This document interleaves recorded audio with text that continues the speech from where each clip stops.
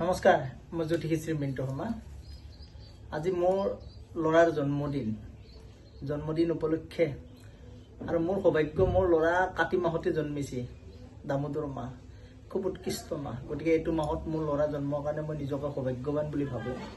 ভগৱানৰ আশীৰ্বাদত প্ৰতি বছৰে এই দিনটোলৈ মই অপেক্ষা কৰি থাকোঁ, কাৰণ এইটো দিনত মোৰ ল'ৰা জন্মিছে। গতিকে সেই দিনটোত ভগৱানে মোক যাতে ল'ৰাৰ মংগল কামনা কৰে। লগতে প্ৰতি বছৰে আমাৰ যিটো কুলপুৰোহিত আমাৰ শৰ্মাদেউ প্ৰতি বছৰে ইয়াৰ জন্মদিনত আহি যিটো তুলসী দিয়া বুলি কওঁ, তুলসী দিওঁ, বিষ্ণু সহস্ৰনাম কৰোঁ। যেনেকৈ ইয়াৰ জন্মদিনটো মই ভগৱানৰ ওচৰত যিভাৱে পাৰোঁ মনৰ পৰা মই সদায় পূজা এভাগ কৰিবলৈ চেষ্টা কৰোঁ বা প্ৰতি বছৰে কৰি আছোঁ। কিন্তু মই আপোনালোকক ক'ব বিচাৰোঁ কি যে সৰু ল'ৰা ছোৱালী ইমানমান বয়সত কি হয়, বহুত চঞ্চল হয়, পঢ়িবলৈ ইচ্ছা নকৰে, মনটোত অকণমান বেলেগ ধৰণৰ খেলিবলৈ মন কৰে, পঢ়িবলৈ মন নকৰে। তেতিয়া কি কৰিব লাগে জানে, এনেকুৱা ল'ৰা ছোৱালীৰ জন্মদিনৰ দিনাখনে আপোনালোকে অৱশ্যই হয়তো নাৰায়ণ পূজা নহ'লে বিষ্ণুপাঠ নহ'লে তুলসী দিয়া কিবা এটা জন্মদিনত কৰিব লাগে। লগতে পাৰিলে সিদিনা কি কৰিব লাগে জানেনে, হালধি পানীৰে গা ধুৱাব লাগে। লগতে সৰ্বশুদ্ধি বুলি এটা বস্তু আছে, সেইটোৰে গা ধুৱাব লাগে ৰাতিপুৱা প্ৰাতঃকালে। আৰু লগতে কি কৰিব লাগে জানেনে, যদি হস্তিৰ নিচিনা হয়, মেইনলি 5 বছৰ নম্বৰ বয়সত কি কৰে, যেতিয়া 5 years কমপ্লিট হয়, 5 বছৰটো যেতিয়া কমপ্লিট হয়, তেতিয়াহ'লে সেনেকুৱা বয়সৰ ল'ৰা চাওঁ বাবাটো কি দিছে, শৰ্মাক দিয়া ফটো এইটো না হাতীটো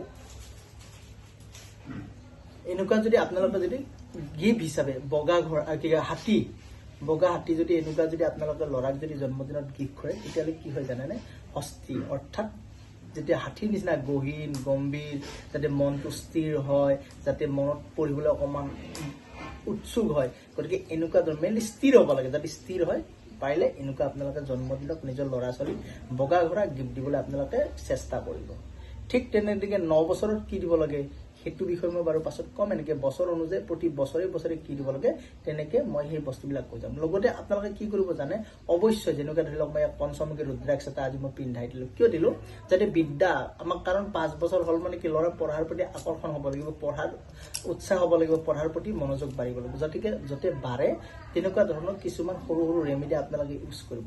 লগতে কি কৰিব লাগে, জন্মদিনৰ দিনা সন্ধিয়াখনে কি কৰিব লাগে, এখন কলা কাপোৰত কৰি আঙঠা বান্ধি তাৰ মূৰৰ ওপৰেদি এণ্টি ক্লকৱাইজ ঘূৰাই পাৰিলে নদীত উটুৱাই দিব লাগে। ঠিক আছে, গতিকে আপোনালোকে এনেকুৱা ধৰণৰ কামবোৰ কৰিব। লগতে পাৰিলে অৱশ্যই ল'ৰাৰ জন্মদিনত মিনিমাম ডাঙৰ মানুহ কণ যিবিলাক 5 বছৰ 6, 7 এই 3 বছৰৰ ল'ৰা ছোৱালীক আপোনালোকে জন্মদিনত এনেকুৱা হাতী গিফ্ট কৰিব, বগা হাতী গিফ্ট কৰিব। তেওঁলোকেও এইবিলাক লৈ ভাল পায়। লগতে তেওঁলোকৰ মনবিলাকো অকণমান চঞ্চলৰ পৰা অকণমান স্থিৰ হয়, যাতে অকণমান গহীন হয়, পঢ়াৰ প্ৰতি আকৰ্ষিত হয়। গতিকে এনেকুৱা ধৰণৰ আপোনালোকে কামবোৰ কৰি যাব। আৰু লগতে আৰু ধৰি লওক আজিকালিতো যিটো কেক কাটা বুলি কয়, এইটো নেচাৰেল, এইটো একচুৱেলি কি হয় আজিকালি চিষ্টেমত পৰি গৈছে। গতিকে সেইটোলৈ কথা নাই, এইটো কৰিবই লাগিব বাধ্যকতা। কিন্তু তথাপিতো আমাৰ যিটো পৰম্পৰাগত সেই বস্তুবিলাক আপোনালোকে কেতিয়াও এৰি নিদিব। আৰু জন্মদিনত পূজা পাঠ, তুলসী দিয়া, যি ধৰণৰ যিটো পাৰে আপোনালোকে অৱশ্যই কৰিব। ঠিকে, আজিলৈ মই সৰু এটা ভিডিঅ' আপোনালোকে আগবঢ়ালোঁ। পিছত মই আৰু নেক্সট আপোনালোকক দিম। নমস্কাৰ।